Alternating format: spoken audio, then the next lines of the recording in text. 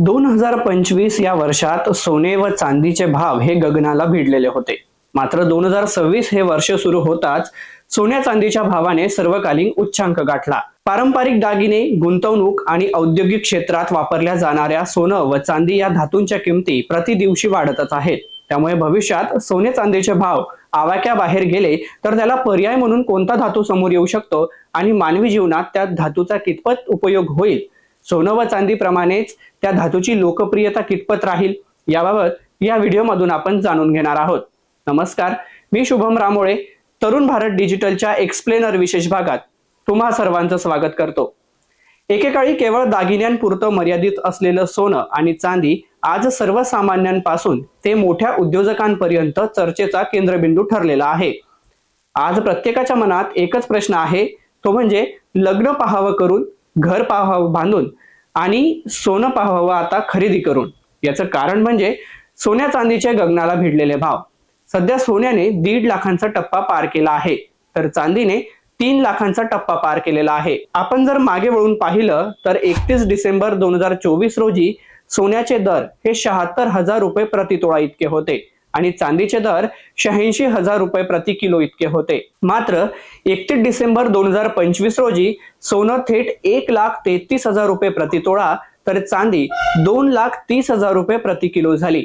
म्हणजे अवघ्या एका वर्षात सोनं तब्बल 57,000 आणि चांदी 44,000 रुपयांनी महागली. सोनं आणि चांदी एवढं का महाग झालं, यामागे काही महत्वाचे कारण आहेत, त्याच्यावर देखील आपण एक नजर टाकणार आहोत. सर्वात प्रथम कारण म्हणजे युद्धजन्य आणि अस्थिर जागतिक परिस्थिती. दुसरं महत्वाचं कारण म्हणजे सुरक्षित गुंतवणूक म्हणून सोन्याला वाढलेली मागणी. तिसरं महत्वाचं कारण म्हणजे महागाई आणि आर्थिक मंदीची भीती. चौथं महत्वाचं कारण म्हणजे डॉलरच्या तुलनेत रुपयाची घसरण. आणि पाचवं महत्वाचं कारण म्हणजे अमेरिकन फेडकडून व्याजदरात कपातीची अपेक्षा, त्यासह सोन्याच्या खाणकामाचा वाढता खर्च आणि मर्यादित पुरवठा. हे 6 महत्वाची कारणं सध्या सोन्याच्या भावात भाववाढीचं कारण ठरलेले आहेत. मात्र चांदीबाबत बोलायचं झालं तर चांदी ही केवळ मौल्यवान धातू नसून औद्योगिक क्षेत्रात अत्यावश्यक घटक आहे. सोलर पॅनल, इलेक्ट्रॉनिक वस्तू, इलेक्ट्रिक वाहनं, ऑटोमोबाईल उद्योगात चांदीचा मोठ्या प्रमाणात वापर वाढत असल्यामुळे चांदीची ही मागणी वाढलेली आहे. त्यामुळे चांदीच्या भावातही झपाट्याने वाढ होताना पाहायला मिळत आहे. जर असेच दर वाढत राहिले तर दागिने, उद्योग आणि रोजच्या वापरासाठी सोने चांदी ऐवजी पर्यायी धातूंचा विचार केला जाऊ शकतो. त्यामुळे भविष्यात सोन्या चांदीला कोणते पर्याय असतील तेही आपण पाहूयात. यामध्ये प्रामुख्याने प्लॅटिनम, पॅलेडियम, टायटॅनियम, रोडियम आणि इतर पीजीएम धातू हे पर्याय समोर असणार आहेत.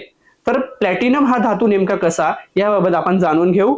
प्लॅटिनम हा सोन्या चांदीचा पारंपरिक पर्याय मानला जातो. तो टिकाऊ, चमकदार आणि गंज प्रतिरोधक असल्यामुळे दागिन्यांसाठी उपयुक्त ठरतो. सोन्याच्या वाढत्या किमतींमुळे आज ज्वेलर्स आणि ग्राहकांमध्ये प्लॅटिनम ज्वेलरीची मागणी वाढलेली आहे आणि व्हाईट गोल्ड ज्वेलरीमध्येही प्लॅटिनमचा मोठ्या प्रमाणावर वापर होतो. त्यामुळे आगामी काळात प्लॅटिनमचे देखील भाव वाढण्याची शक्यता आहे. यासह दुसरा धातू आहे पॅलेडियम. हा देखील व्हाईट गोल्ड ज्वेलरीमध्ये वापरला जातो. तो हलका असल्यामुळे आधुनिक डिझाईनसाठी लोकप्रिय आहे.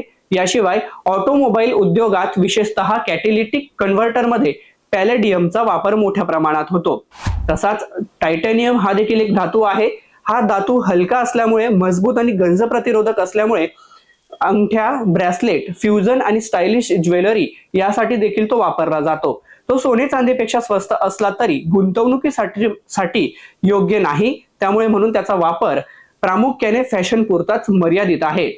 यासह आपण इतर धातूंचा जर विचार केला तर यात रोडियम, रुथेनियम यासारखे अत्याधुनिक धातू हे प्रामुख्याने औद्योगिक आणि खास उपयोगासाठीच वापरले जातात, पण ते सर्वसामान्य ग्राहकांसाठी परवडणारे नाहीत. औद्योगिक दृष्ट्या चांदीऐवजी कोणत्या धातूचा भविष्यात जर वापर केला गेला तर यात पर्यायांमध्ये कॉपर, लिथियम आणि ॲल्युमिनियम यांचाही विचार होतो. कॉपर हा मिश्र धातू ज्वेलरी किंवा उद्योगांमध्ये, लिथियम हा बॅटरी आणि इलेक्ट्रॉनिक वाहनांसाठी वापरला जातो, ॲल्युमिनियम हा इलेक्ट्रॉनिक आणि हरित ऊर्जांच्या संक्रमणासाठी वापरला जातो. त्यामुळे यांची देखील मागणी भविष्यात वाढण्याची शक्यता आहे. तर दुसरीकडे सोन्याला पर्याय म्हणून रोज गोल्ड हा सोन्यासाठी एक आधुनिक पर्याय आहे. रोज गोल्ड हा देखील सोन्याचा एक लोकप्रिय पर्याय आहे. मात्र तो धातू शुद्ध नसून मिश्र धातू आहे. रोज गोल्ड मध्ये साधारणतः 75% सोनं आणि उर्वरित 20 ते 25% तांबे व इतर धातू असल्यामुळे ते शुद्ध सोनं मानलं जात नाही. रोज गोल्डचा वापर हा डायमंडच्या व खड्यांच्या ज्वेलरीमध्ये मोठ्या प्रमाणात होतो, मात्र तो दीर्घकालीन सुरक्षित गुंतवणूक म्हणून वापरला जात नाही. त्यामुळे नागरिकांचा कल हा रोज गोल्ड पेक्षा शुद्ध सोन्याकडेच असतो. एकंदरीत पाहिलं तर सोनं आणि चांदी आजही विश्वासाचं आणि मूल्याचं प्रतीक आहे. मात्र वाढते दर पाहता भविष्यात पर्यायी धातूंना अधिक महत्त्व मिळण्याची शक्यता आहे. दागिने उद्योग आणि तंत्रज्ञानाच्या बदलत्या गरजांनुसार प्लॅटिनम, पॅलेडियम, टायटॅनियम आणि इतर धातू पुढे येत आहेत. तरीही दीर्घकालीन सुरक्षित गुंतवणूक म्हणून आजही सोन्याचं स्थान हे अबाधित आहे. आजच्या या एक्सप्लेनर विशेष भागात इथेच थांबतो. अशा एका नवीन विषयासह पुन्हा भेटूयात. तोपर्यंत तुम्हाला हा व्हिडिओ आवडला असेल तर व्हिडिओला लाईक करा, शेअर करा आणि आमच्या तरुण भारत डिजिटलच्या YouTube चॅनलला सबस्क्राईब करायला विसरू नका. धन्यवाद.